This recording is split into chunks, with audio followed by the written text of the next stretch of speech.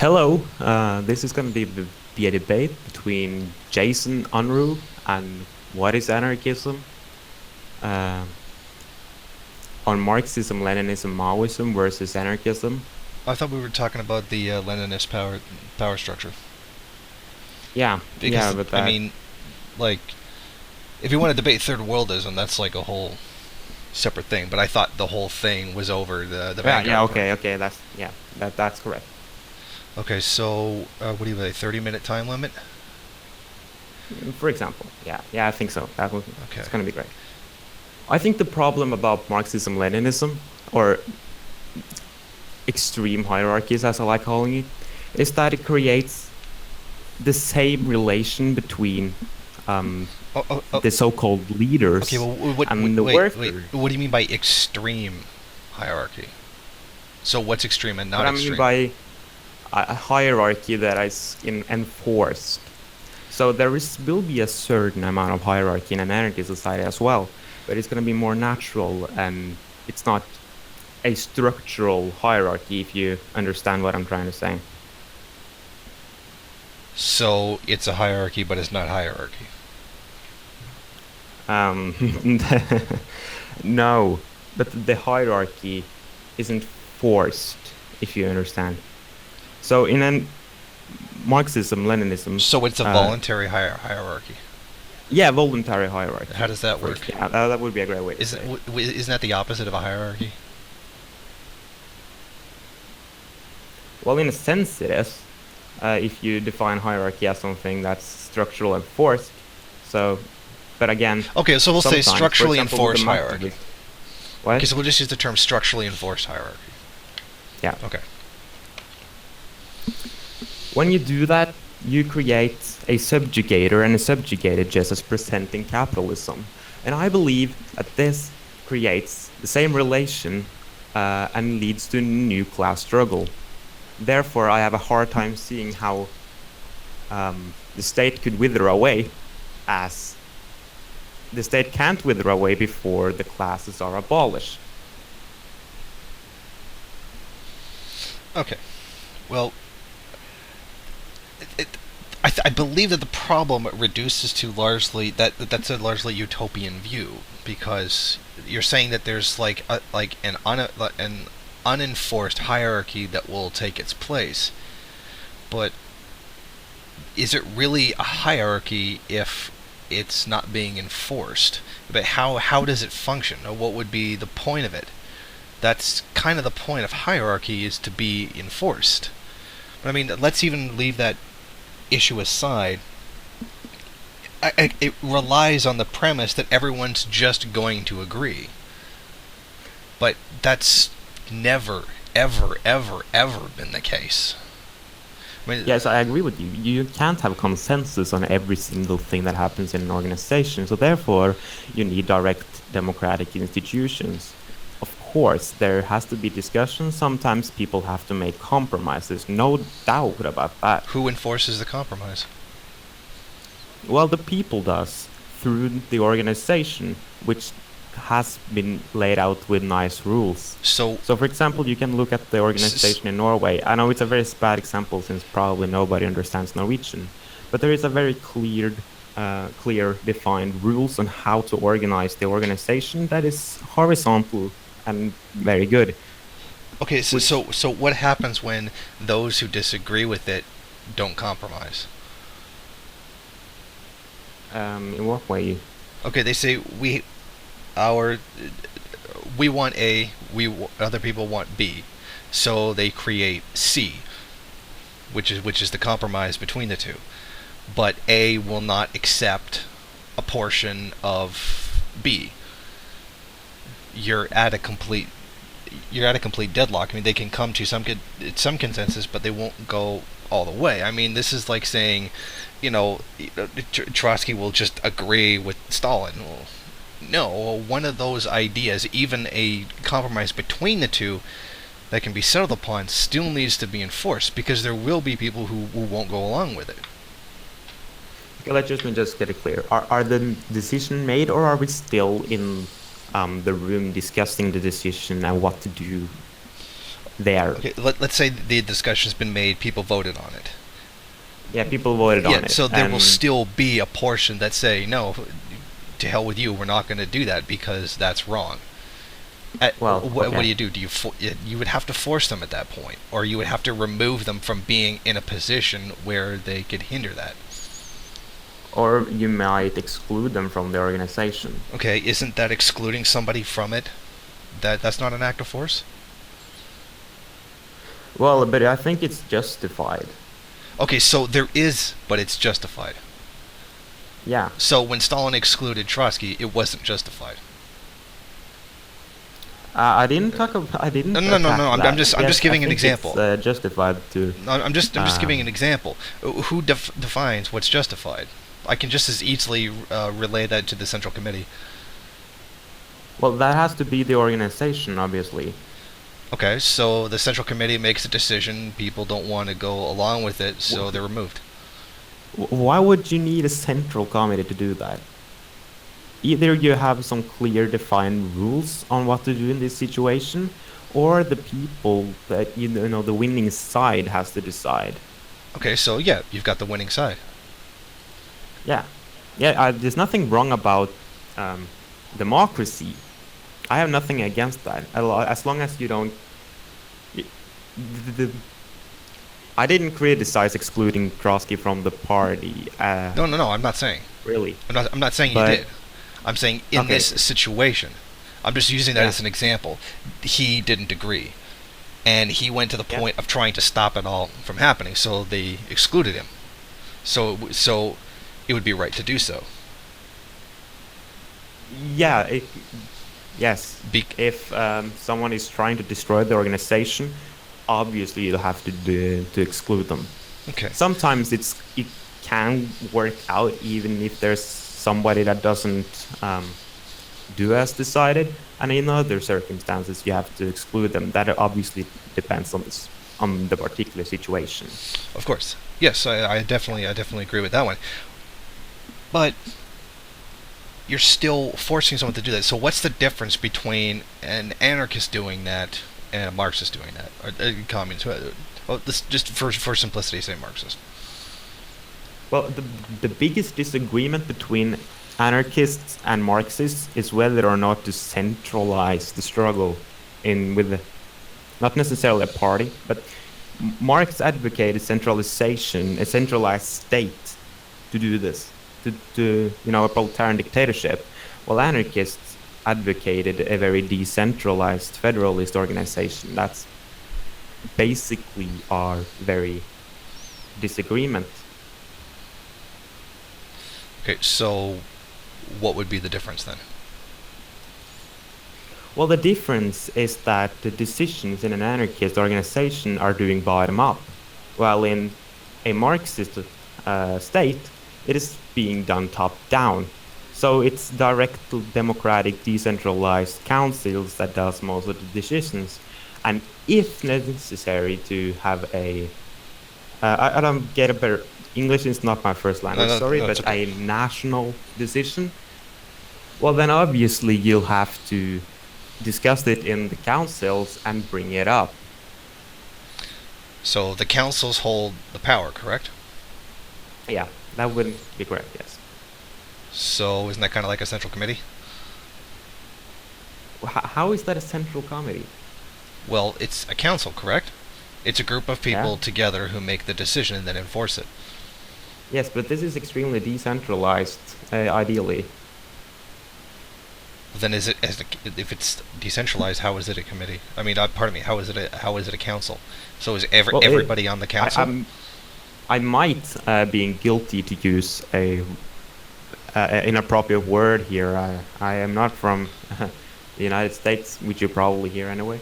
But for example, let's take a small place on a very small city, and that can have its own council, and this council is made up of the people living there.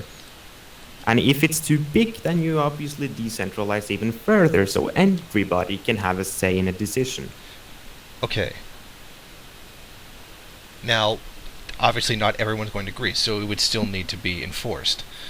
And not to mention that if you took it to that degree, that's so ridiculously inefficient that it wouldn't be functional. Like, you'd be voting on like a million tiny things that to the point where it's absurd. It would take literally just the legislative process for decisions would be, they would be astronomically long. There would be like Well, it complete would be slower. stagnation. Yeah, obviously. Well, of course, you have to make sure that it's as efficient as possible. But of course, it will be less efficient to make decisions. Obviously. It'll be inefficient to the point so of stagnation. Things would be I moving disagree so with you slowly. there. Yeah, I would say that is it. You can't do it to like decentralize it to that degree. It's just non-functional. And in the existing anarchist societies, that's not what's happened. It's literally not Yes. possible to make that work. Can you please give an argument on that? Sure. Like for example, in the revolution in Spain, the union ran everything. And in fact, I believe, am I confusing Ukraine for Spain?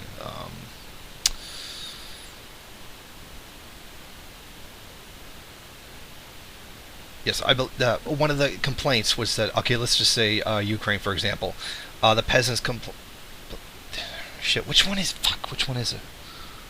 Yeah, the unions. The unions were the bosses, and the hierarchy of the union determined everything else. Sorry, I'm fucking this up. The hierarchy of the union made the determination of policy, not even really the people themselves. And then they complained about their wages, which is funny. Wages in an anarchist system, that's a funny thing. But that's a separate thing. So if like even in Ukraine, they were complaining that the anarchists were the new landlords. So literally, they didn't do that because it doesn't work. It's decentralization to a point of absurdity. That's why Lenin said, democracy in discussion, decentralization in discussion, centralism in action. I'm using the phrase wrong, but that's basically what it means.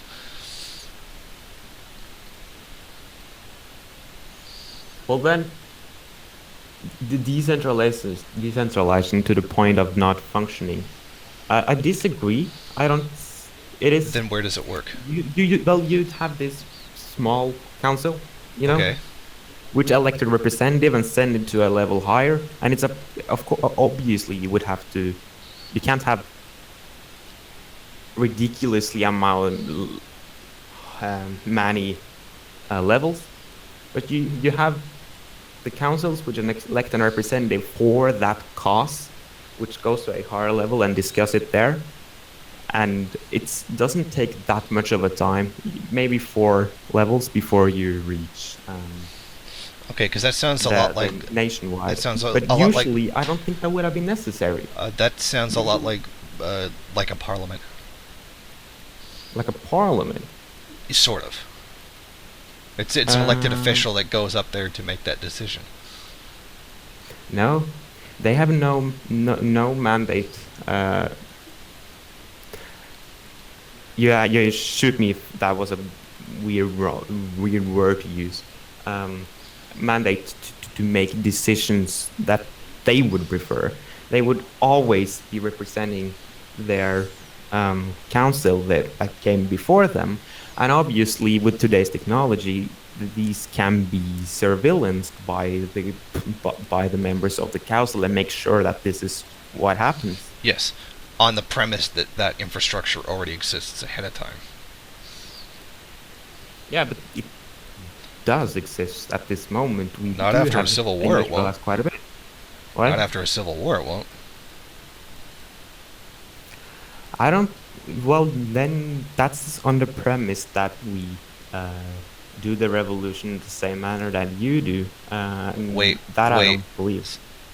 Wait, you're saying that revolution is going to come peacefully?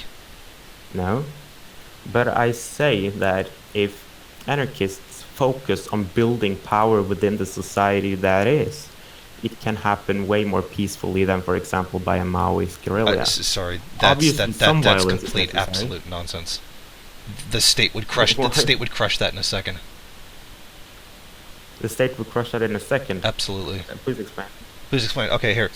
A group in, I forget where, this is somewhere in Canada, the Revolutionary Initiative, they created, they were describing the idea of dual power, which is what Mao was using. Create competing institutions within the society. So it's like a dual power structure. There's the official one of the bourgeois state, and then there's the one of the revolutionaries. I assume that's kind of what you were saying?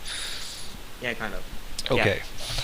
Now that works great in a guerrilla type situation where there really is no authority.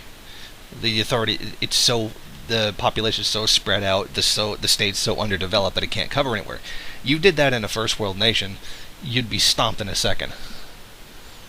Like it would not last. Like say you built a hospital. Like here's an alternative medical service for that the revolutionary group is putting out. As soon as anyone knows where it is, the police are going to go in and destroy it.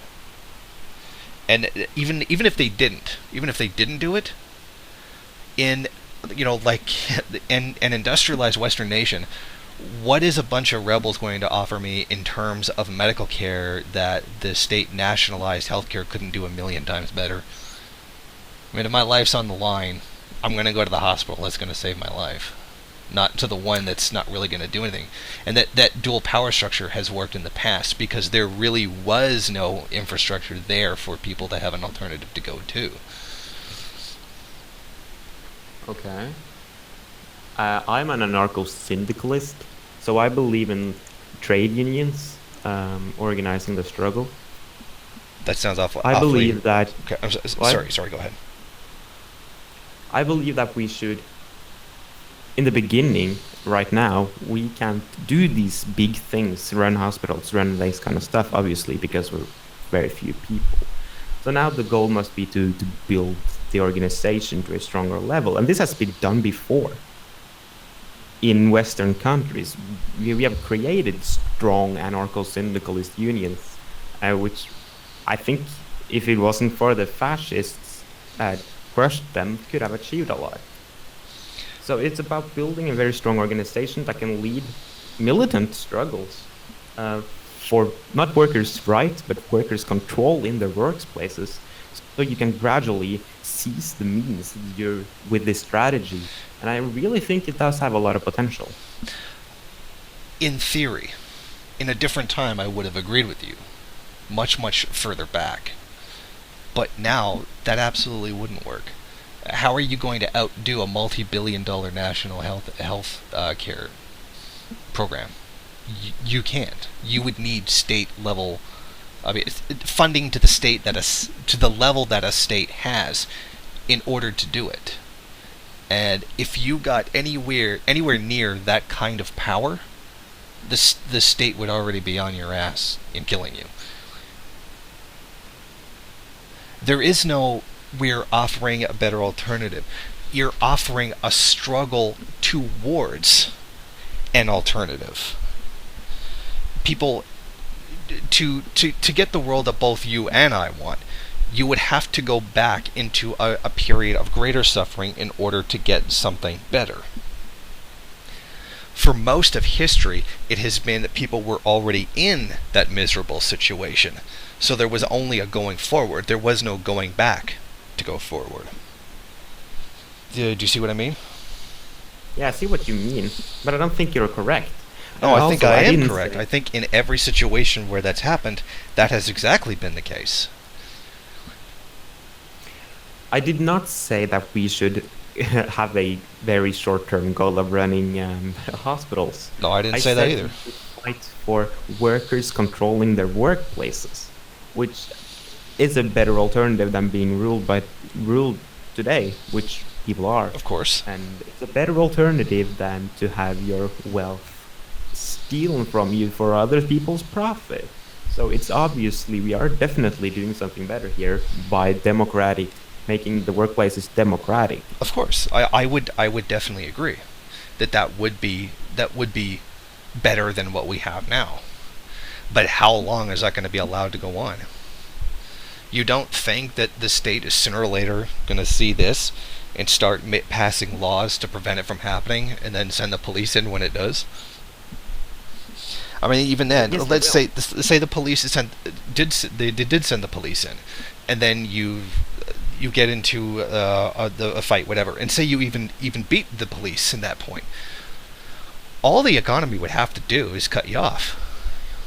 Just say, okay, well, we're gonna make it illegal for anybody to buy from this company, and that company will crash overnight, and the union won't have anything. Well, then the union would focus on having the economy within itself. Okay, good luck at doing that. That's an answer to that. Good luck in doing that with an advanced industrialized nation. Because it's a lot more complicated take than a more that. militant strategy, obviously. Yeah, you would need a much more militant strategy, one that's larger than just simply unions. Unions wouldn't even get to that size without the state stopping them. I don't see you just say state stopping them. Yes. But why shouldn't we be able to build a union? As obviously, if you go for a pacifist strategy, obviously we're not getting anywhere. But if we continue to do a struggle, and when the state tries stopping us, when the state does start shooting on us, we have a massive things to do propaganda about. Yeah, it. now, It's gonna be a massive recruiting. okay, thing. now who says that you're gonna get that big?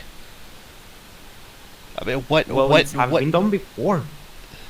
done before under completely different circumstances, not circumstances as they stand today. People aren't going to come. People aren't going to, particularly first world people, are not going to come over to that. They're going to choose the option of less resistance, which is not engaging in that kind of a struggle. Because I can tell you right now, the guy who makes $60,000 a year as a union construction worker, I go to him right now and tell him, by the way, you have to risk death for that same job now. He's not going to do it. They're really not.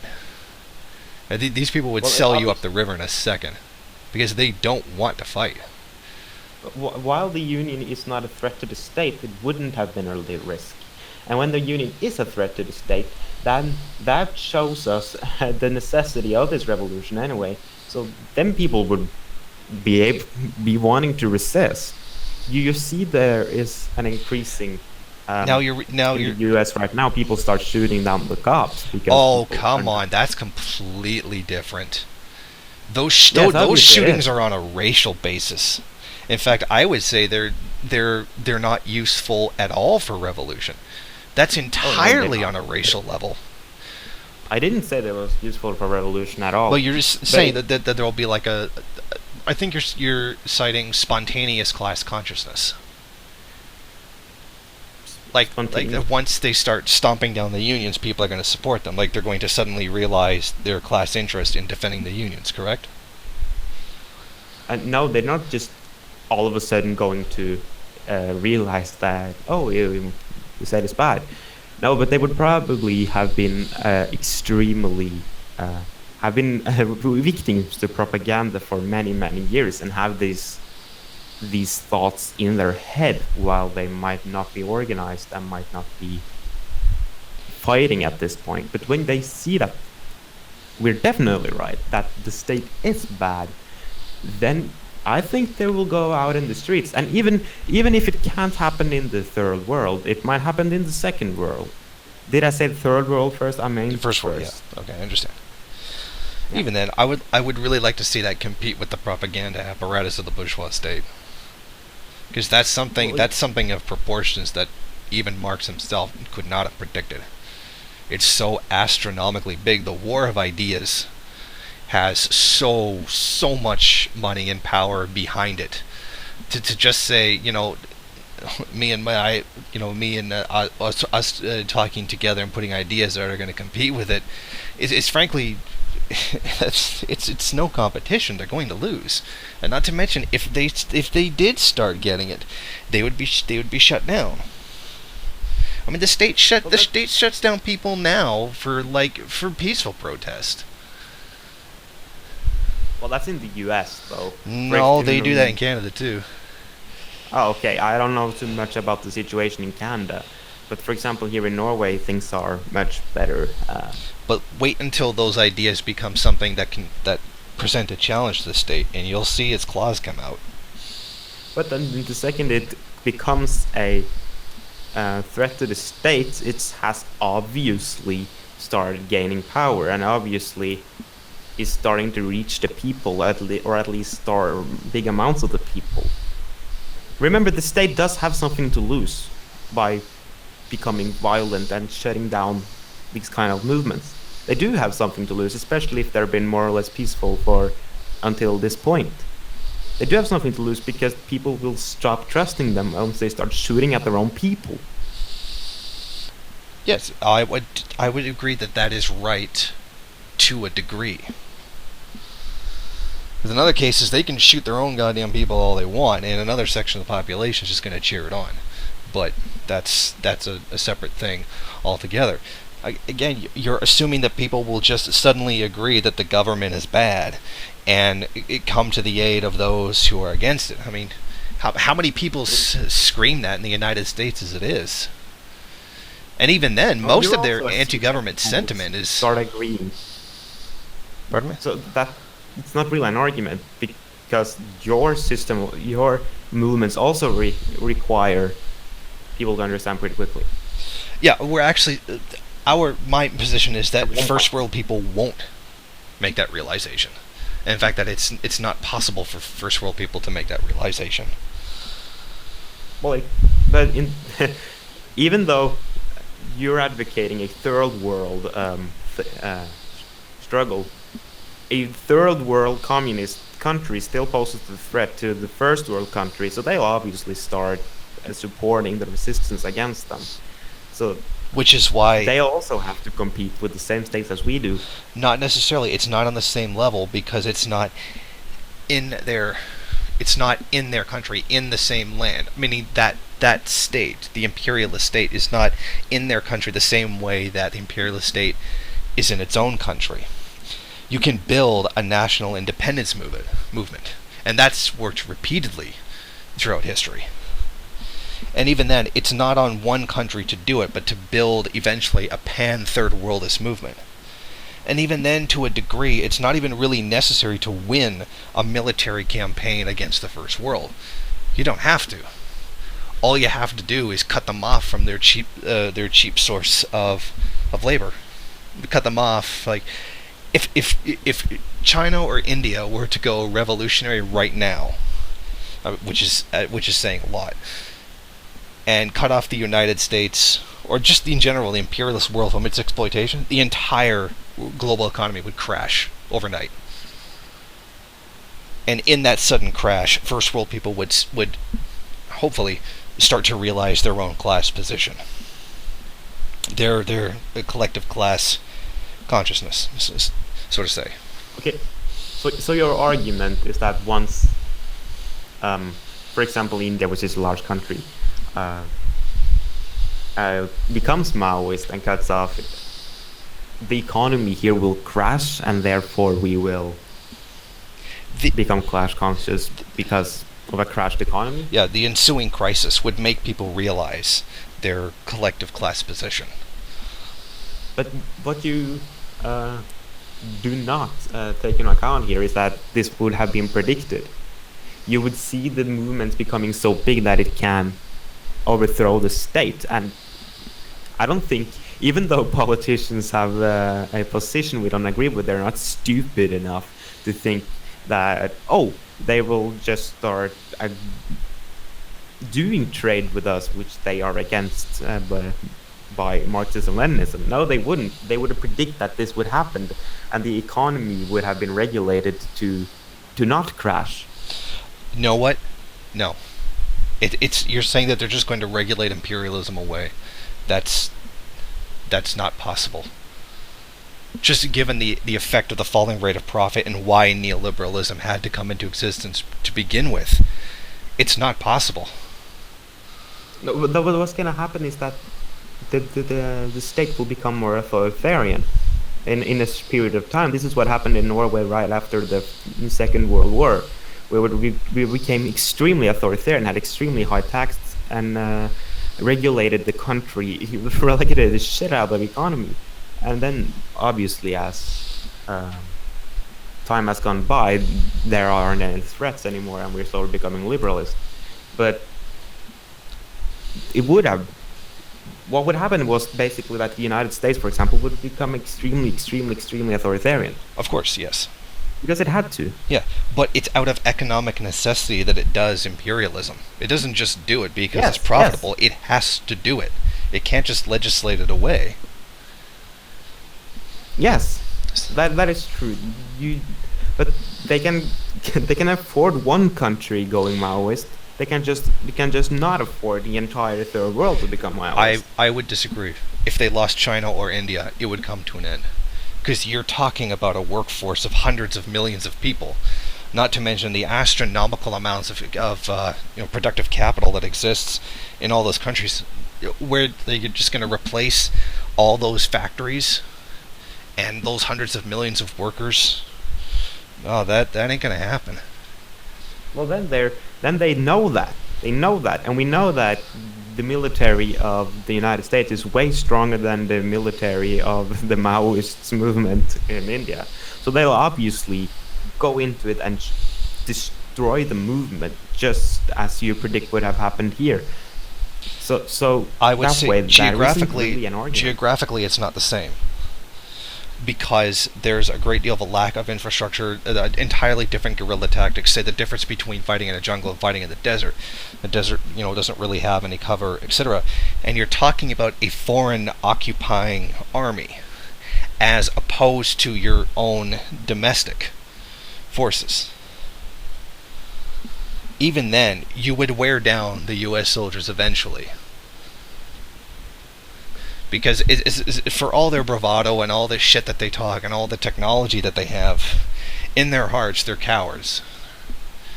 They don't really want to die for that. I doubt there's many people left in the military who really believe that they're fighting for their country anymore, especially now. And even then, if you did it in Vietnam and the 1950s, the 1960s, where fucking everybody was brainwashed to that, it wore them down eventually. They couldn't keep it up. I mean, the fucking United States can't even occupy Afghanistan. Several countries combined can't even occupy Afghanistan, and they're like, what? I don't even know what the population is. Just say 30 million. I would love to see them occupy a country of over 1 billion people. It ain't gonna happen. I think you're underestimating the military of the United States. No, I don't think I am at all. India is way too large to occupy against a coordinated domestic force. They can't even occupy Afghanistan to the point enough to stop the Taliban. Well, if they can't occupy it, and so much is at risk as it would be for a Maoist India, well, then they would destroy India. So you're saying that they're just going to completely annihilate India? Oh, yeah, I think so. Oh, that would drive everybody in the country over to the side of the national self-determination movement. You're thinking about the Maoist movement, right? Wouldn't even have to be. No, okay, so yeah, okay, like ISIS now, for example. No, not like ISIS. ISIS is completely Western-backed. Like, it's not even a movement of the people at all. Bombing, right? It never was. We agree that it was created by United States bombing, so it could be an example of such movement. No, because it's not a movement of people. Or are you saying to use that to fight people in India? Which one are you saying? I lost track where we were now. Okay, well, I'm saying that the United States couldn't, even if they did just roll in and destroy everything in India, that would actually stop them. That would just drive more people into them, because it's really, really easy to appeal to people on a nationalist level. A national independence movement is a lot easier to do, because people will ally along their country a lot more easily than they will other things, just because of the indoctrination people have received. Okay, now I get it. Well, then what would they fight with? They couldn't, because if the important infrastructure of India would have been destroyed there, then the U.S. could have occupied it. Yes, they would have a big struggle with resistance for a while, but they can just brutally crush it, murder. They can even break international law, start using not nuclear but chemical weapons, for example, start gassing down cities. Yeah, they could do that, but I think they would receive too much international pressure.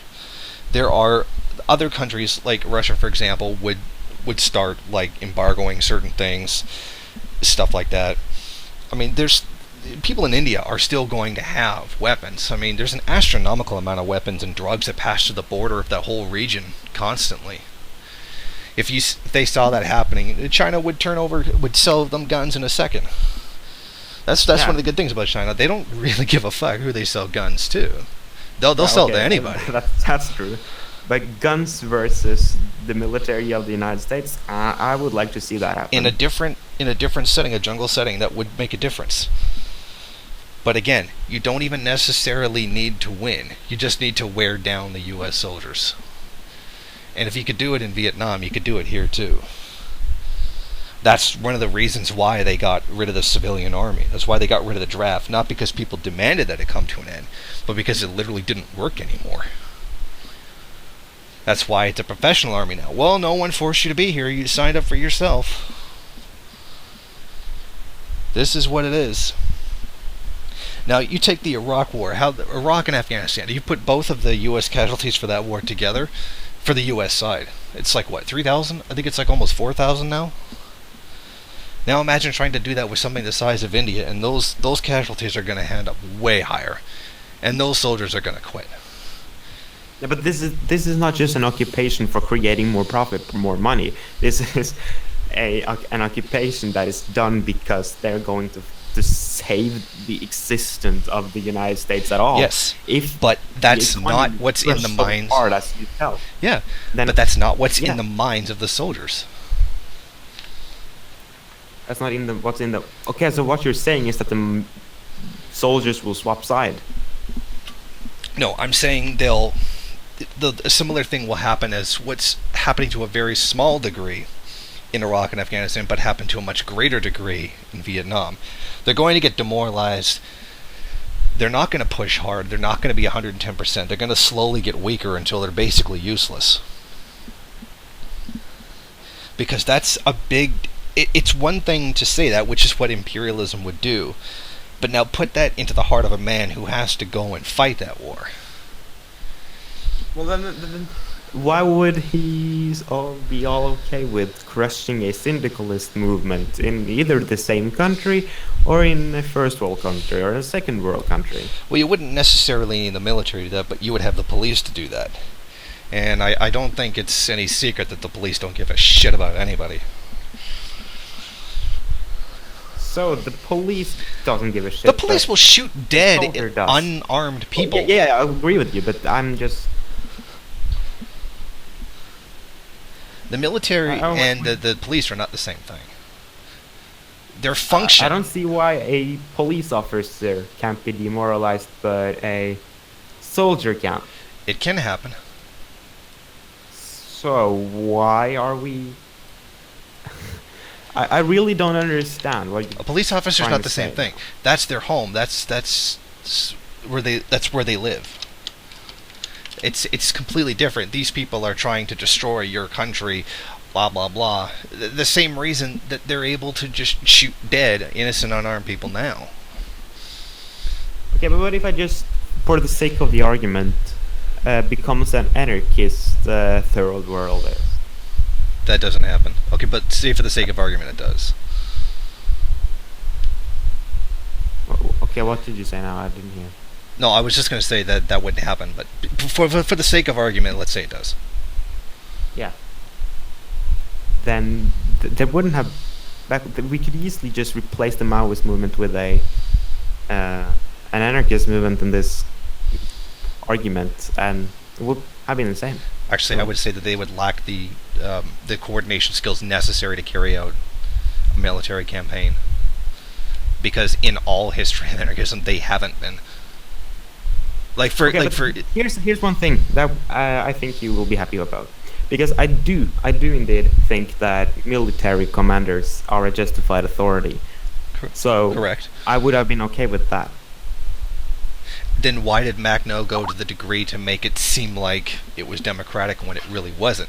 I mean, if that's what you're opposed, to, aren't you betraying your own beliefs by doing that? You're then going around, say, as with what Magno did, forced seizure of grains, forced seizure of goods. So what you're really saying is that the anti-authoritarian thing works when it works, and not when it doesn't work.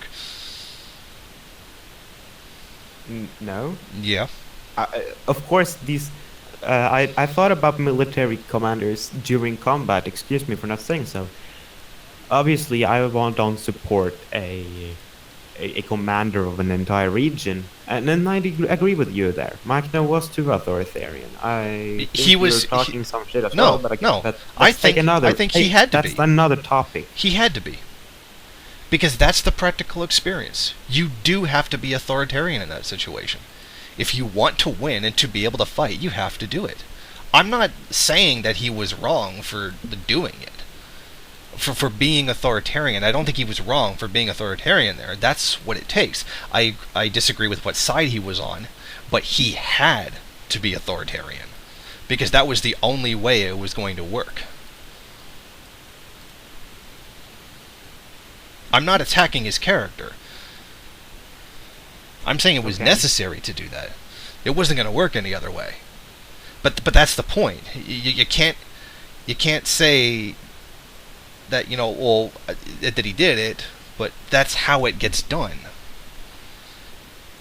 But let's say you win them. Let's say you do rise a proletarian dictatorship. And you didn't answer when I tried asking you that in the start of this debate. Okay, ask. The hierarchy structure of Leninism, well, the later Leninism, the state and revolution wasn't really like that, is that there are leaders that have so much power that they can increase their power, and thus the same relation that is present in the company gets created one more fucking time. And it has happened in every single Marxist-Leninist country. Yes, it has. I'm not denying that it has. Okay, so the trick is to keeping it accountable. Even Mao was forced out of power at one point. Yes. But he's unaccountable. There's a system that gives people an opportunity to get... And that's why you get rid of them when they do that. And you can just get rid of them, like, suddenly. And then I would have to assume that that Lenin, Mao, and Stalin were all cool people and didn't do... But they were also like this. They were also people that acted out in their own interest on the top, just in the same way as how the company leader does, disguising it as communism. It isn't really. It's a totalitarian dictatorship. It doesn't have anything to do with socialism. Okay, so you're basically saying that it's not thing because you're saying that there's no accountability. There's no way to remove anybody. No. On what basis do you conclude that? The fact that it wasn't done, even though I cited the fact that even Mao was forced out of power. Yes, it's because the leaders are given such great amount of power, and there is no way to remove them once they've made it impossible to remove them. It is possible to remove them. I cited an example. What? Your audio became low. It is possible to remove them. I cited an example. Yeah. Oh yeah. But Mao was forced out in the party. Yeah. Yeah, that was your example. You just said that can't happen. No, that's not what I said. It can happen, but it can't be done by the workers. Who says that it can't be? Who says that it can't be done? Well, I say. Oh, you say. Oh well, okay. Yeah.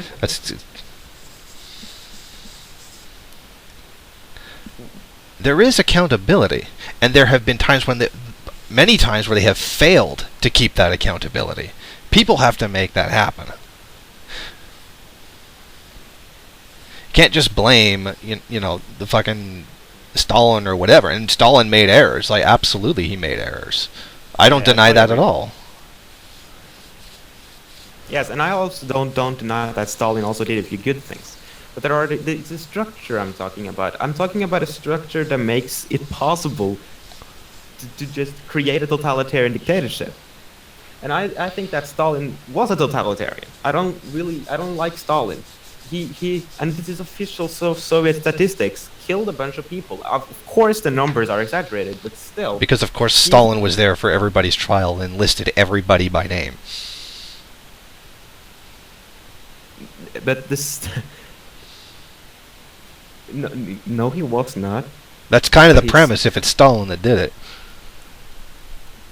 Oh man, that is not what I was trying to say. No, but that's what happens as a result of what you said. That's what it's implying. You're saying Stalin did it. Well, Stalin run policies. For example, the Ukrainian starvation policies. That was where the Ukrainian famine was created by Stalin policy. Okay. And of course, he didn't do it on purpose. But if the people of Ukraine decided these shit themselves, then obviously there wouldn't have been no bullshit. In fact, I call complete bullshit on that. There's nothing to indicate that would happen. And I would have criticized him for not having collectivized sooner. In fact, I would criticize him for that. I would in fact criticize Lenin and Stalin for thinking that they could completely skip the period of capitalism and jump right to socialism. They tried that didn't work. That's why they had to do the new economic policy. They had to go back and start again from the beginning. But just saying, well, the peasants, it wouldn't have happened. On what basis do you conclude that? Because what happened in the Ukrainian famine was that Stalin forced them to sell huge amounts of their grains to other places, and then because to prevent the famine that was already starting to happen. What? Yes, you know that it was kicked off by it was a famine in Ukraine. Because they were forced to sell their grains away from Ukraine. Yeah, because the rest of the country needs to eat too. So what you're saying is that obviously, I don't think that makes any sense. So people in the cities shouldn't be allowed to eat. Oh yeah, yes they should. Oh, but if you make the grain go there, then you're a bad guy.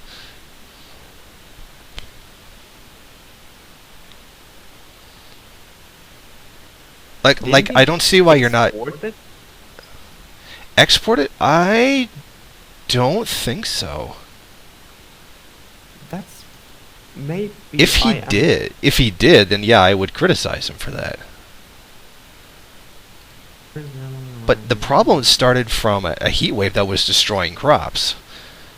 And he said, okay, well, no, fuck this. We need to get food. We need to get food to people. We need to get it to them. They need to eat. And so, not the little peasants, the landlords were being dicks by hoarding grain to try to jack up the price to make more money. And if you hoard food just to get a better price for it, you deserve to be shot. Yeah, and I know that this happened, and the local leaders were aware that it wasn't enough. And I read this, in on the Serve the People page. So the local leaders were afraid of punishment by Stalin, so therefore they didn't report that there was a famine about to happen, and Stalin didn't know, at least not at first. That doesn't even make any sense. That doesn't make any sense. Why would Stalin punish somebody for something they had no control over? Well, again, why is it Stalin? Because Stalin is singularly everywhere all the time. It doesn't make any sense. What? It doesn't make any sense. Stalin wanted this shit to happen. He wanted this grain. Yes, So that's therefore, the yes, point. let's assume that they did produce enough. And then he said, if you don't manage to produce this, that's going to be your punishment as an incentive to make them produce what's necessary. I would really like to see a source for that, because lying about it doesn't really make any sense.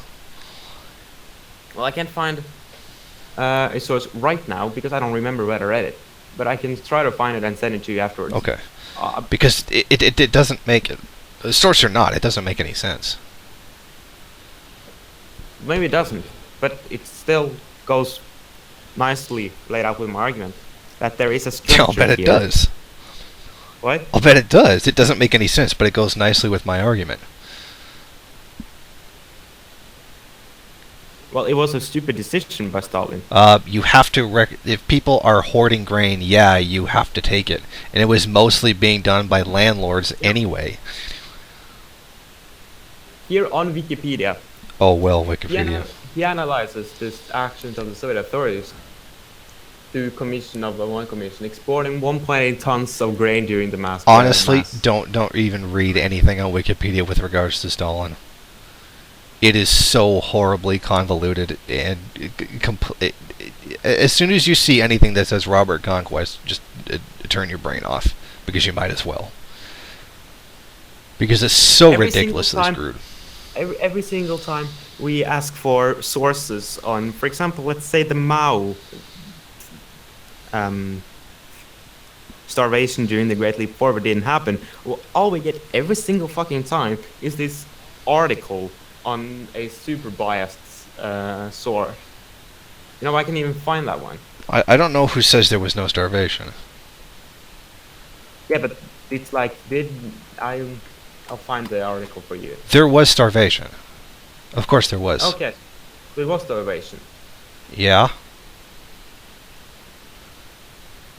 I don't know who denies that. Oh, there is this. I sent you on Skype. Well, if they're denying that, they're dumb. Oh, see, Oh, okay. no, yo, you're talking monthly review. Yeah, they're not saying starvation never happened. That's Joseph Ball. He's criticizing the methodology that they went in to try, that bourgeois scholars have used to try to exaggerate how many people died. Like if you read it, it says like, oh, here's the birth rate here, and here's the birth rate here, but there's nothing between these two, so we can guess it would be the same. Well, if there was a famine, the birth rate would have certainly declined. Like they go through and start listing people who were never born as having died. He's criticizing the statistics that are used to try to calculate how many people died. I mean, just by the fact that even bourgeois scholars can't even come to an agreement that range anywhere from 10 million to 100 million dead, that should tell you right there. Even the opponents of it can't even get their numbers right. The fact is, there are no concrete numbers on what happened. But we know there was a famine. There's no doubt of that. It's the numbers they can't get straight. No, okay. That sounds a lot more fair than... Yeah, because there very clearly was a fucking famine. Okay. But again, if the people decided the policies of their regions... They did. No, they didn't. They were in communes. This is it. They were running their own communes. They just had targets that they had to reach. And a lot of people did lie about how much they had. And there wasn't a famine because they lied, but there was already a problem, a heat wave. I think it was a heat wave or storm or something. I'm thinking of North Korea. No, there was weather disturbances in the country at the time. In fact, they were common all throughout Chinese history. One of them happened in socialism, and then never again. But then again, it's a combination of things. People were lying, and Mao told them not to lie. I can look it up. I can find the actual statement he put out. Don't lie about production figures, because they saw people doing that. And then when the shortage came up, because of the weather disturbances and some inefficiencies in the public kitchens, which were people could come in and just eat anytime they want, but then there were inefficiencies in that too. That's what created the whole situation. It's not simply one thing or another. overall, the famines came to an end under socialism. Yeah, eventually it did. But I wouldn't say that it was socialism that did this. It was industrialization that did this. And yeah, socialism did that. But it could have been done other ways, obviously, as well. But I agree. And again, we do No, agree it would have needed severe organization to overcome something like that. In fact, not organizing in terms of famine has never worked. In fact, that would have been a lot worse had there not been the amount of organization there was. Like, I don't see how, if it had been an anarchist way, this wouldn't have happened or would have been better. Well, I don't think a strict anarchist way would have been possible in so laid-back countries. Again, but it would have. I'm not a strict anarchist in all situations. Sometimes I am very flexible to libertarian Marxism, and in so laid-back country that China was, obviously some sort of centralization would have been needed. But again, this extremely hierarchical model where there are basically a few people ruling an entire country isn't correct. It's something that we shouldn't accept. We want. It's not even a rights. few people that ruled the country. Even then, demonstrate to me that that's what caused the famine. What did you say now?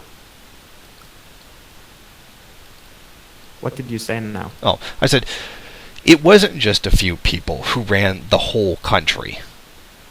Like, it wouldn't even make sense to have a whole huge bureaucracy if you only had a few people running the country. Like, even then, it demonstrate to me that that's what's responsible for the famine.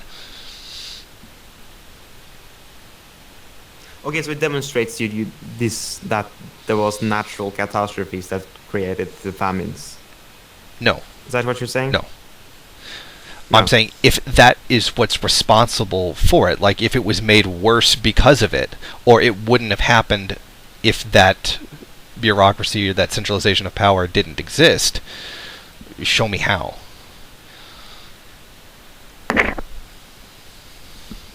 Well, because the people wouldn't lie to themselves. That would have made no sense to do so in any way. But the problem wasn't people lying to themselves.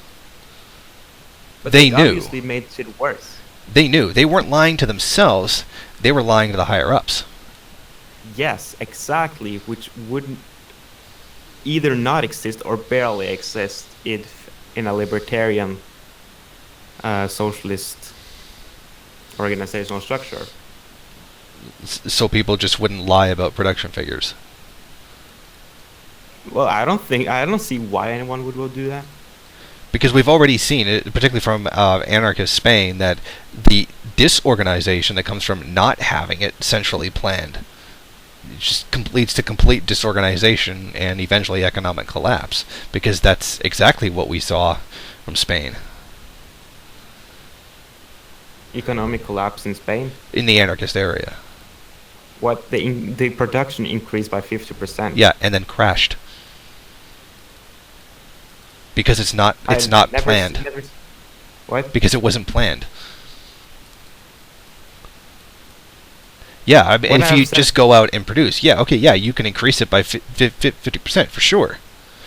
But it's not sustainable. Oh, okay. There was complete disorganization. In some areas they massively overproduced, in some areas they massively underproduced because it wasn't planned. Oh, okay. So what you're saying is there should be some agreement between this, and this equals centralization, in your opinion. Yeah, you can't just not centralize planning like this. That's why that was done. That's why there was a policy of not nationalizing land, collectivizing land, putting it in the hands of the people who actually worked the land. And said, here, just produce. And then there's a document showing how much there was an increase in production after it having been collectivized. But seeing as how the land was already being worked for and worked on, and being planned and used by the people who had already been there, usually for generations, how it would have been any different.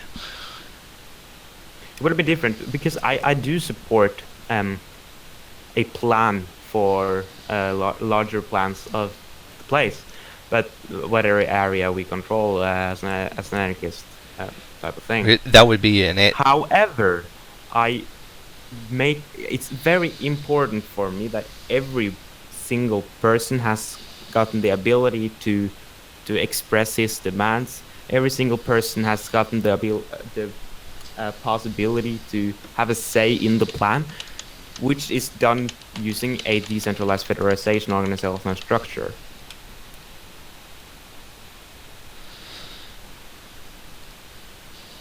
Okay. Well, they were deciding in their own communes how to proceed with production. They decide in the communes, and again, then we can send and do agreements in a bigger area, and then eventually for a nationwide agreement. But in China, what was done was that the top, the party leaders created the plans. Yeah, we need X amount of this from area and X amount of this from area. You guys figure out how you're going to do that. I mean, that's the point of planning. Yeah. We need X amounts from this area. We need X amounts of this area, and this gives people a reason to lie because they don't want to not fulfill what the authorities have demanded. I don't get that. They should not have lied, period. Regardless. Okay, so you're saying that, yes, it was stupid to lie. So you're saying, well, of course it was stupid to lie. Yeah, of course, yes. But I don't get how it's their fault. An economy needs to be planned to a large degree, even in capitalism, unless you're an ANCAP for some reason. Yes, of course. Yeah, that's stupid. It does have to be planned. We need to know how much food is necessary, how much this is necessary, how much that is necessary. Okay, this is how much we need. And let's divvy it up according to the productive power of each of these regions. Okay, this is what we need to get by. How you guys want to go about doing that, then do it. In an anarchist society, it would have been planned bottom up. I've never heard an anarchist say that before. In fact, I've pretty much heard them say the opposite. If you tell them how much they have to produce, then that's like authoritarianism. Bottom up, which means that the planning starts at the decentralized, at the very bottom. Economic planning begins at the decentralized level. What? Is that what you just said? What did you say? I didn't hear. I'm not understanding what you said. Did you say that the economic planning would begin at a decentralized level?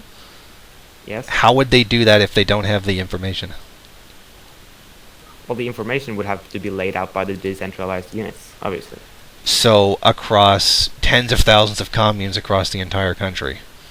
Well, then, of course, they would have to cooperate between the councils to have, to have a general council over multiple councils to have... Well, that sounds an awful lot like a hierarchy to me.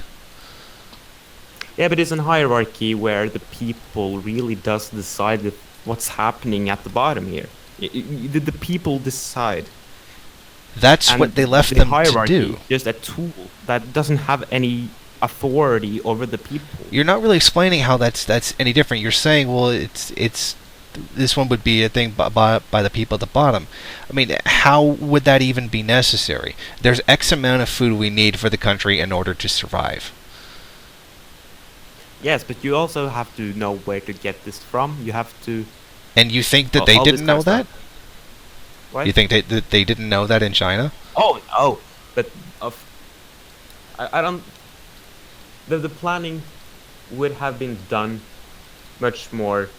I think the planning would have worked a lot better. No, I don't think it was. Decentralizing a plan doesn't make it better. They have experts in these regions for a reason. They can show how production went up as a result of collectivization. I'm not seeing how decentralizing the plan would have been any better. I mean, that's kind of the opposite of planning. You would need nationwide statistics in order to make that plan. Yes, of course. But so why would that go from the bottom? who at the bottom has the statistics? There would have to be someone at the top who collects it in order to do that. Oh, just collecting statistics, that's not an authority. So of course it's fine by me to have a committee that collects statistics, and that's not really what I'm saying either. Okay, What I'm saying is that I think it's wrong. that's fine. But like, what are you saying? There's a national plan, and we're going to have all billion people vote on it? No, but we need to have. Of course, not everyone would participate in the planning because they simply don't want to. So I don't. No, it's just simply not force anyone to do possible. so. What? It's just simply not possible. They have What everybody is participate in the planning. No, that's not possible. I don't think that a billion people should meet together and plan on it. Of course, I don't. But what I think is that it has to be discussed at every level. Sure. I'm saying this is what we want to do. This is what we think would accomplish that goal. I mean, do you need that? Well, we need X amount of food. This is, according to the knowledge that we have, the best way to do it. These are the farming techniques that work in this area. These are the farming techniques that work in this area. You guys can decide on your communes how you're going to produce it. That's how it was left to them. They decided how they were going to work their own particular communes. And if they could not meet the requirements, what would they do then? Well, turns out they lied. Yeah, and they shouldn't have done that. They should have told the truth, and had they told the truth, that lying wasn't the whole story, but even though they did, if they had told it, then the planning would have been able to try to deal with that instead of being caught unaware about it. But I'm not getting. Oh, so you're just saying, well, they lied because authority. But I don't see how the authority is responsible for that. Well, the authority isn't directly responsible for it, but the authority made it possible. So nobody would lie in the anarchist I'm not society. saying that nobody would lie whatsoever, but when you're sitting there and you are discussing on a decentralized level, what do we need, what blah blah blah, what can we give, then there's no good reason to do so. There is no one that's gonna punish you. There's no one's gonna be mad at you at all. So people didn't get punished for underproducing. They got punished for lying about it. In the USSR, they did get sanctions from underproducing. Yeah, certain people higher up got removed. Yes, but we're talking about China. I don't doubt that. You just said Soviet Union. Yes. Yeah, we're talking about China. Well, I assume that there was some sort of, at least, I know Mao was a big fan of Stalin. It was pretty stupid that we did jump over to Mao, because I'm gonna be honest, I don't know that much about Mao's history. I haven't educated me enough in this still. So it was stupid for me that we jumped onto this. But what I want to say, however, is you have still not responded to me. What haven't I responded to? You do create the same relation. No, it's not the same relation. It is class in a new form. That much Mao admitted, and he said, and then laid out, anti-commandism, anti-bureaucracy, like that, and how to fight it. It's not the same thing. That's like saying all states are the same thing. That's nonsense. The government of the Soviet Union is not the same thing as the government of the United States. To some degree, it is. They No. have the same tendencies. No. They require exploitation. But by exploitation you mean unequal exchange? Yeah, I didn't hear what you said there. By exploitation you mean unequal exchange? By exploitation, I mean extraction of surplus value. The people didn't decide what to do with the surplus value in either of these countries. No, because that would have been ridiculously inefficient to just vote on all of that. It goes into the surplus goes into the hands of private producers in capitalism. In the Soviet Union, it went to the state, where it went through an economic plan. This is not the same thing. No, but I don't see how it's socialism. That would be socialism by our definition, yes. No, workers' control over the means of production. So who's to say that they didn't? Say what they didn't. So who's to say that they didn't? Did the capitalists have it? Did the workers control the means of production? Did the workers own the means of production in the USSR or Mao's China? No. State did. The state controlled the state is an apparatus. Yeah. Because as an apparatus of the Revolutionary Party. Well, that's at least what they're saying. But every single time, it has been destroyed. And we tried so many times. Oh. And for some reason... Yes, revolution can fail. It doesn't work. Yeah, revolution can fail. Because it's not perfect. As opposed to anarchism, which has never accomplished anything. Nothing of substance. It hasn't even had any achievement to speak of. We can look at our history and say, okay, we fucked up. Because it's the first time something in the Soviet Union, the first time a socialist state had ever been done. So you know there's going to be mistakes made. It's the first time something's ever been tried. So we know there's going to be mistakes. For example, I cited the mistake that both Lenin and Stalin made, that the whole Central Committee made. Except for maybe a few people who pointed it out. I don't know who did or who didn't, because I know it wasn't Lenin who did. They tried to jump from what was essentially feudalism to socialism. It didn't work.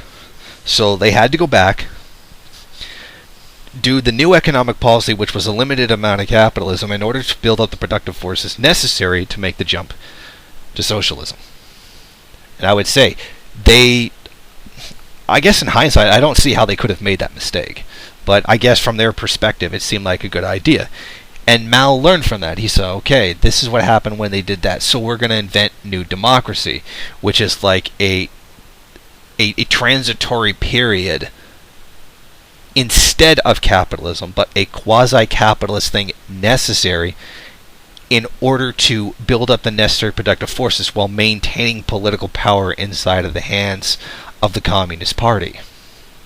And then once the necessary productive forces have been built up, then we can go towards socialism. Mao saw their mistake and tried to avoid it. I would say there are criticisms you can make of the Great Leap Forward that it didn't work. Absolutely. But they saw from the experience of the Soviets and learned from it. I think if we look at the attempts of socialism, every single one, we include your attempts, my attempts, and we include the attempts. And we have to cut this off very soon. And you count the attempts of the actual believing social democrats that try to achieve socialism. What we see is that workers controlling the state doesn't work. Workers' control of the state isn't a thing. And I can agree with you that the Spanish anarchists and the Makhnovist movement were too authoritarian. Oh, that's not what you said, but that was something I would say. What I think we have seen is that the workers can't take political power. What we have to do is to control the economy. We have to use the syndicalist movement to take control over the economy and try to influence the political this way. And when they start destroying our movements, we gotta destroy them. Now I think you can make the last argument, because I'm gonna be a little nice to you right now, because otherwise I would have been very demanding. And then I think we should shut this up. Okay, I would say that that's completely inefficient. If they did that in Venezuela right now, they would be dead. Even though I would not classify Venezuela as socialist. You do need a national plan and a national effort to combat economic phenomena like that. I think this is somewhat similar to the perfect knowledge fallacy.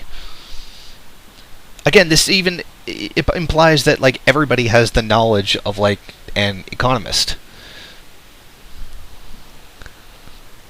Everybody voting on it knows how these things work, know macroeconomics, and well, that's not true.